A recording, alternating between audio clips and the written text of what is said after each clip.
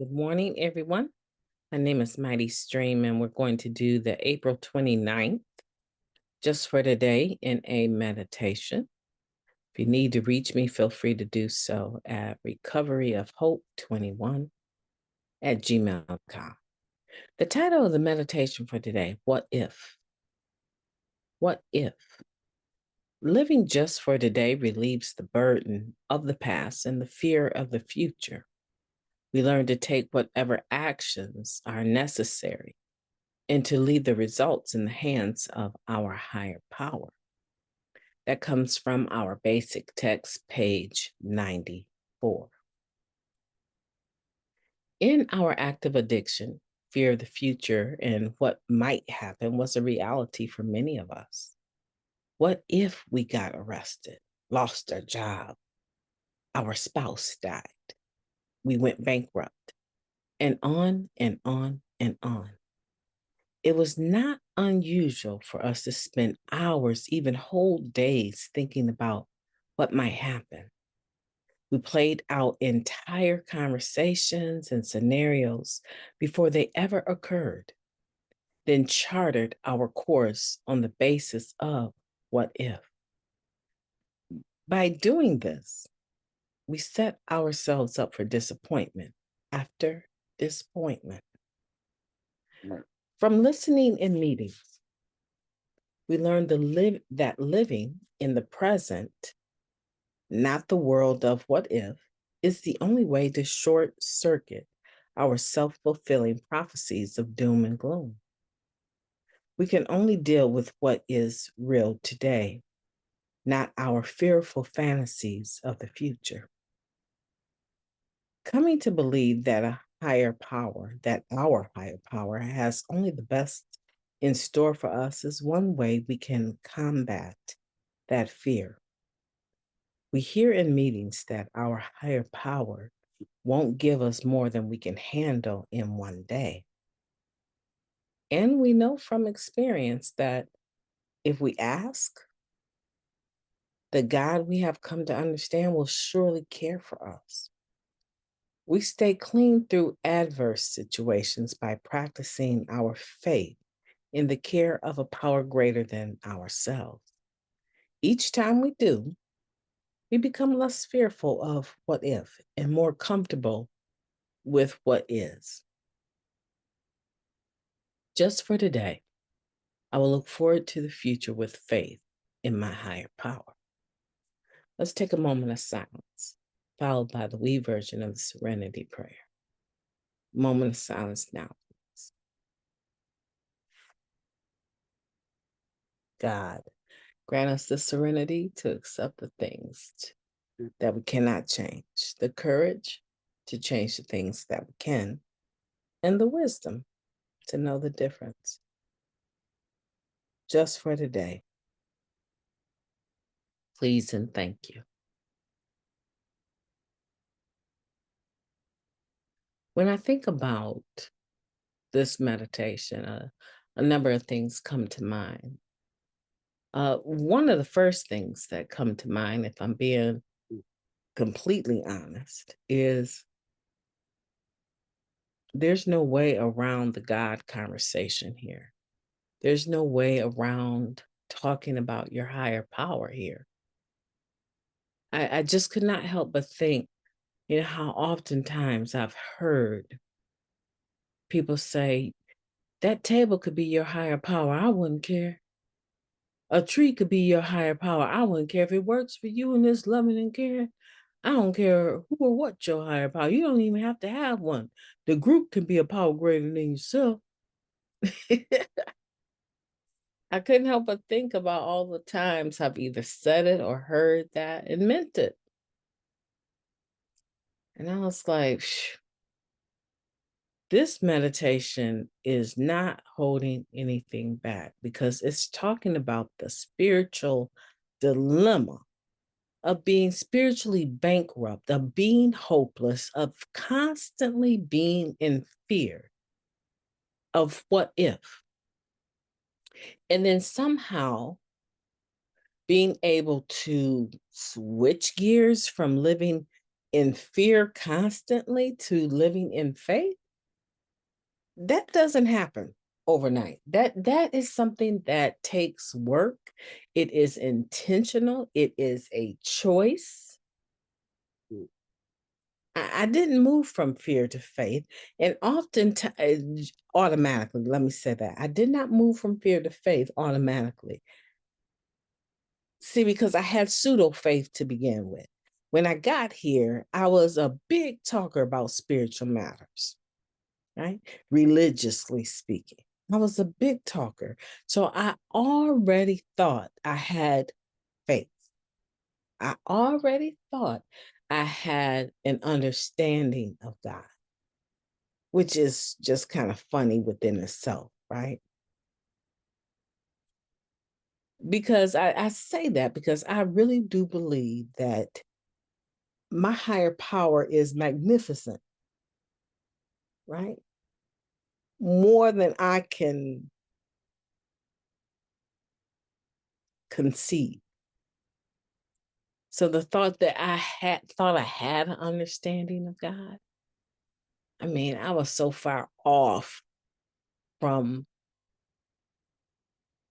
what I believe the real truth about what God is.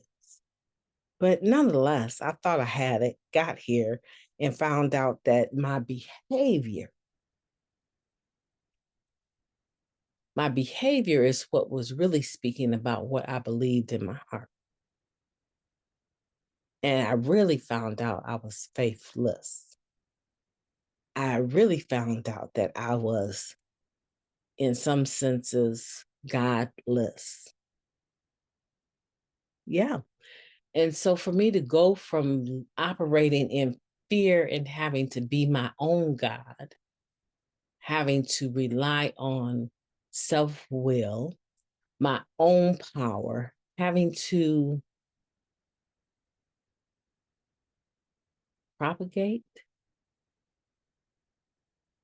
my ability to take care of myself, knowing doggone well I was not doing a very good job. On most days, I didn't even want to wake up. So, this facade of having things together, right? And get here and realize that none of that was the truth. I had pseudo faith at best, and I was going to have to dig deep. And honestly, man, I was like, I have finally made it to the program of Narcotics Anonymous. I have finally stayed clean, which it had been years since I had experienced that. I finally stayed clean for some time. And now you tell me that this little program of Narcotics Anonymous has some steps, not the ones that we just read, but there's a whole thing that you want me to study and to write and to report to a sponsor? Are you serious? Look, I'm just glad that I'm clean. I'm not doing all that. Get a sponsor, and then I have a whole family of sponsees, sisters, and grand sponsor, like there's some kind of grandma. No, I'm not doing all that with these people. I thought that. So if you're thinking that, okay, welcome to the club of skepticism. Welcome to the world of doubt. Welcome to the world of having one foot in and one foot out, right? You're not the first and you won't be the last. I was not the first and I won't be the last. But there were some things that changed my mind. And quite simply, living in fear of what if without the drug was hell to pay the captain, right? It was so difficult to be able to wake up every day, not using drugs and say, well, at least I'm not getting high, but I was still living like I was getting high. I was still being dictated to by my fear about what I would or would not do. I was still taking so many risks with my life. Nothing had changed. I was always looking over my shoulder, even in the program, because I didn't clean up the inside and the outside. So if you want what we have to offer, there's a few suggestions. You got to do what we eventually did, not what we did when we got here, but what most of us eventually ended up doing, and surrender my will completely. Surrender your will completely. If you want to be able to wake up and know what it's like to go through the course of a day, not having offended a single person because you are conscientious of how you speak to people, not having to worry about when the police pull up behind you, are following you because you know all your documents are okay, that you know that you are not breaking any laws. The officers would, even if they stop you with K9, they're not going to find any drugs in your car. If you want that, if you want your mother and your father or your children, right? Your aunts and your uncles, your co-workers, your employers, to be able to look at you with confidence, realizing that they can count on you if they can't count on anybody else. If you want to be able to have money in the bank that is designated for bills and you're not worried about being kicked out, if you want to be able to grocery shop and not worry about whether or not you're going to get bread and cereal and milk, or if you're going to just get bread, peanut butter, and jelly.